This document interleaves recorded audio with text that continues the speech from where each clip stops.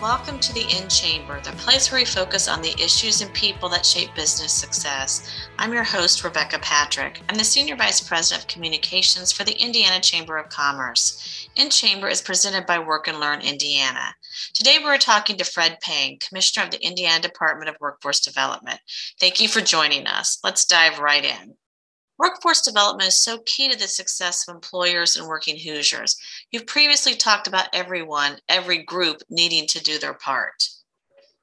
And I want to highlight that too. I mean, one of the things that when we talk about back in 2018 and now, some of the things that I've seen that have happened, some of them have happened organically, some have been more targeted and entities have been more proactive.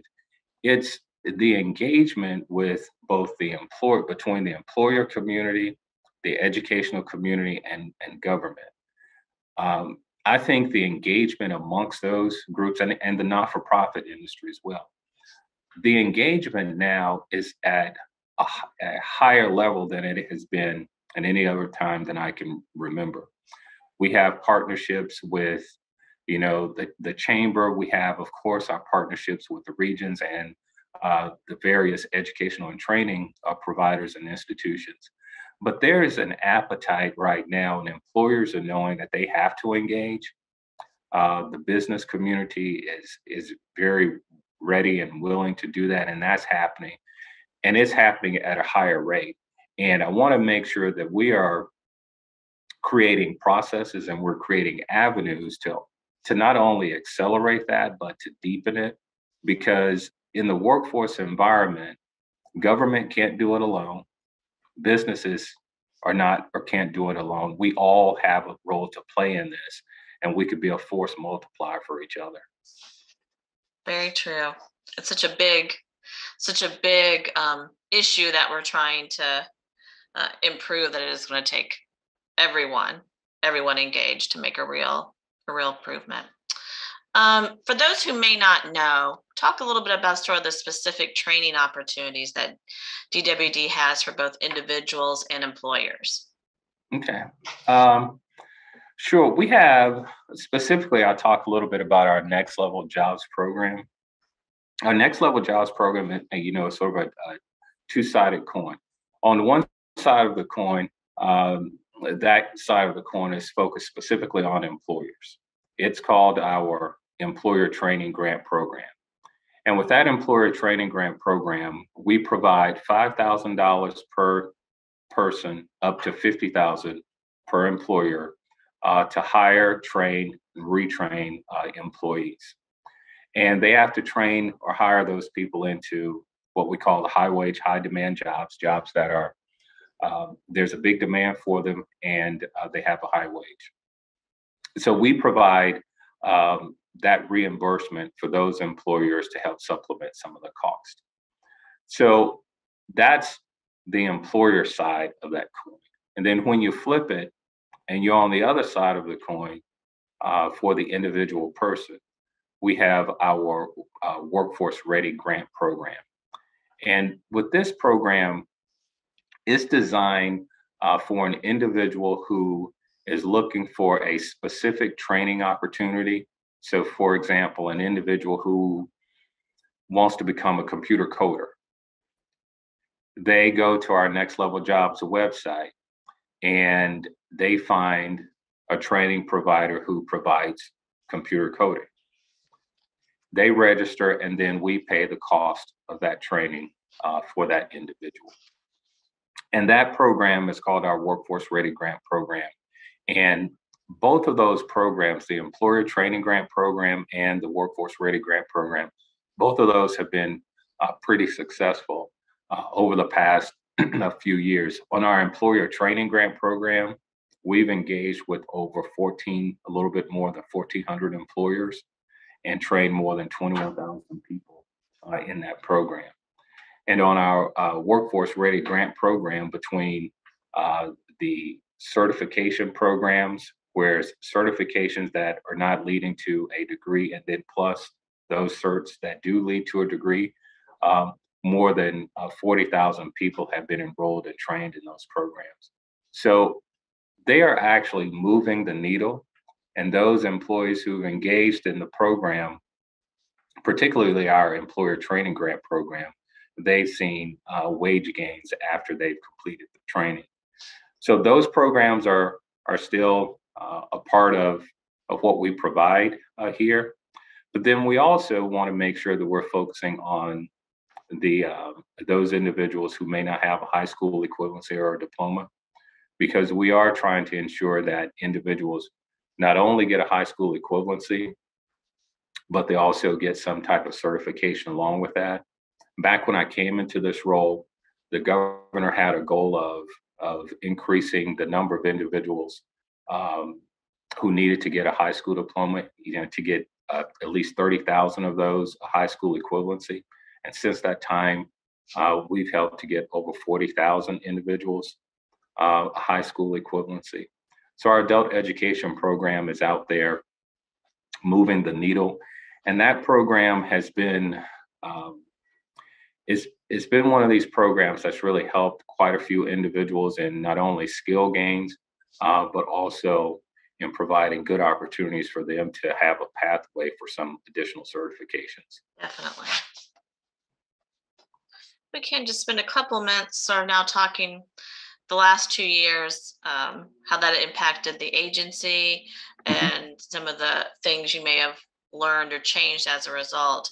So how some of the processes, particularly maybe some of the public facing ones where it's with, Mhm. unemployment insurance or whatever, how have those perhaps improved or been streamlined as a result of what we learned during the pandemic? Sure. The pandemic was a learning opportunity for, I guess, practically every industry and practically every job across the state, actually across the nation. Um, we had to realign our agency early on when back in March 2020 because this thing came on pretty fast. And throughout that time, we ended up paying close to 900,000 people, um, somewhere close to $9.8 billion in benefits. That's much more than the previous 5 years combined. If you look back at 2019, we ended up paying about $83,000, $830,000 in benefits. You can see that significant change. So we changed a lot of our internal processes, and we had to cross train people pretty quickly. And the thing that we did that many other employers did was we ended up having to go to a remote work environment for the majority of our staff. And so we had to adjust in some of those ways, which required us to change some of our training policies. It required us to change how we recruited people because now we had an open field instead of recruiting people within who were willing to drive within 45 minutes or an hour. Now some of those individuals were remote. So it helped us in a lot of ways, specifically that one in recruiting. And we do still have some of those policies in place. We do have particular jobs that are purely remote, and it does help with recruiting and retention. Some of the same things that our employer partners are experiencing, we did experience then, and we made some adjustments to those policies. In terms of how individuals end up interacting with our unemployment insurance system, it's still an online system. Individuals file online. But what we have done is we've truncated the process and ended up having some of those things that kind of caught claims up and slowed them down. We found ways internally to automate them a little bit more and use technology to move them through the process a little quicker. In terms of our workforce programs, the public facing sort of things that we have, um, we adjusted and we moved to multiple platforms to provide that training to individuals. And we also launched a virtual career service module where individuals can call and they could end up walking through some of the training opportunities. And they don't have to go to a local work one, they can actually do some of those things virtually. So plenty of those things have been launched, and we've seen some good results in those since the pandemic. Just like the things that our employers are learning, we're learning a lot from them too. We're learning how to recruit remotely. We're learning to move to different platforms. Um, and so those are some of the things that we continue to see that we're going to continue to refine, that we've taken some learning lessons from COVID, during that March 2020 timeframe through mid 2021. If you can just, I guess in the throes of it, where it was its worst, maybe 2000, maybe 2020, 2021. How hectic? What was it like, sort of being in the midst of all that and Mhm. all that unemployment? Just everything coming at you, like Yeah. much greater than you'd experienced 5 or so years combined. Into one urgent Well, situation. It was all urgent. it was, Fun. Yeah. I think that was a period that e- everyone was feeling, um, the magnitude of the moment. And what we were trying to focus on is, one, we knew that people out there needed our services, and we knew that we had to make some adjustments, but we had a strategy and we had to stick to the strategy. And our strategy was to lean into automation, technology, and people. And we had to be mindful of the changes that we made to our systems. Because if you recall, we had a lot of federal programs that we had to implement pretty quickly. And those programs were really, the infrastructure was really a high input and high output IT systems. And we had to make sure that the system adjusted based upon the circumstances. So, for example, when we first went into things in March 2020, we went from, the first part of March, an average of 2,500 to about 3,500 initial unemployment claims in a week's time. Then it jumped up to about 64,000 the next week, and then it jumped up to 164,000 the week after that. So we had to make some changes to not only our infrastructure, but again, we leaned in to that strategy of technology, automation, and people. The biggest adjustment that we had to make along the way, in addition to just the volume, was the volume of fraud that we had to Right. make sure that we were addressing. And we had to implement systems to block some of the fraud. And we were able to keep a lot of fraud out of our system, but just like any other system, fraud does creep in. And we were able to block, millions of bot attempts, because that was some of the technology that the fraudsters were using at the time. So, to directly answer the question on what it was like during that period, our small team here internally and with our expanded external team that was remote, our goal was to make sure that we provided the payments as quickly and as efficiently and accurately as possible. And we had to lean into a lot of new technology that we didn't have in place before. The department is making a shift in its public messaging, focusing on people instead of programs. It may be viewed as a subtle change, but walk us through the rationale behind it. Well, that shift really is a part of what we call our Trianium goals, our goals over the next 3 years. Mhm. Um, the governor asked us over the next 3 years to lay out what our priorities and our goals are. And one of those goals is to move from program focus to people focus. We have in our Triennium goals, we have three big overarching goals for the agency. One is to continue transitioning our unemployment insurance system out of the pandemic state from 2020 and move it back to the premier status. The second one is to ensure that we are moving from being program focused to people focused.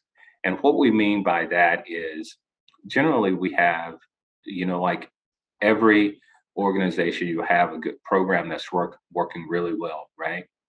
What we want to do is go a little bit deeper, and we really want to make sure that we're actually touching an individual person. And what I mean by that is, the example goes to when I was talking earlier about using our unemployment insurance uplink system. This is how we're touching and getting directly to an individual. So the individual who files for unemployment, they have an individualized outreach effort that's going to him or her based upon their characteristics, their employment history, their educational and their wage history, and we're having a catered outreach approach to each one of those persons. So that's an example of us moving from being program focused to people focused because we want to make sure that the initiatives that we have are directly impacting an individual. And then that third triennium goal that we have in place is to utilize and to apply our data to all of our initiatives. And so we think that if we move each one of those goals forward, there are a lot of initiatives under each one of those goals. We think that Indiana will continue to move with this changing environment. Now, I just gave you those big triennium goals, but there are priority areas within those goals. Mm-hmm. And those match what you're seeing in the environment now. So part of those priorities include increasing our labor force and our labor participation, strengthening our partnerships with our regional partners, ensuring that there's a focus on employer engagement. Because again, in order for us to reflect what's happening with training and what employers need, we need to deepen and continue to have that engagement. And then we also are making sure that we're focusing internally and focusing on our important resource, and that's our human talent within the DWD. You mentioned about at the beginning, mentioning the first of those three goals of transitioning from the pandemic system, if you will, to the back to a premier system. How close are you to transitioning that, and what sort of is the goal to get back to what the new normal, I guess, will Sure. be? A couple of things. So right now, when we look back at the unemployment insurance claims that are being filed now, we're teetering around a little bit over 3,500 last week. So the initial claims numbers have come down significantly. We're not at pre-pandemic numbers, but we're pretty close. And then we have a lot of, the federal programs have wound down. And so we're making sure that we move our systems completely back to the state programs that were in place before and ensuring that all of kind of the wind down or the transitioning from all of the federal programs, that's complete because there's still a process that's in place with with our federal partners, with the DOL. So it's looking, we're getting, our claims numbers are down. We're working through the appeals. So we're moving in the right direction on the unemployment insurance side. And we're also, there's some IT and some systems things behind the scenes that we're working on that will make the system a little bit more efficient. Right. DWD launched a rebrand, I believe it was last week, a new logo and things of that nature. What was the goal with that, and what message are you intending to convey? Sure. Well, I'm glad you brought that up because I think as we talked about how the environment has changed since 2020, actually since 2018. Let's go back to the time when you and I had our first interview. The environment has changed. And we talked about all those changes that are happening with the environment. And we wanted to have an outward symbol of how we are actually changing with the environment and with the times. We're, again, changing how we engage with employees, providing those individual job seekers who are using the multiple platforms that we have in place and some weren't in place before, and how in our frequency and engaging with the employer community in our educational community. So that change in logo was just a representation of how we're evolving and we're changing with this current workforce environment that we're in. Sort of a big picture question. It seems as if the state is making a concerted effort to better align Indiana's workforce and education entities. What kind of impact do you think that will have on cultivating talent and upskilling Hoosiers? Oh, I think it's going to have a huge impact. If you look back in 2017, 2018, when the governor's workforce cabinet was implemented, the goal was to make sure that we were aligning resources and aligning direction. And so we've seen greater collaboration with higher ed, with the K through 12 space, and with our agency. And we think that I used the words force multiplier earlier. And I think that better alignment creates a force multiplier for all of us because we're now making sure that our educational system is a continual system, right? It's not, one point in time and then it stops. So we have this educational system. It goes from K through 12. And then when an individual leaves the K through 12 space, they're either moving on to continued education or they're moving to employment. Thank you for chatting with us. In Chambers presented by Work and Learn Indiana. As always, thank you for listening.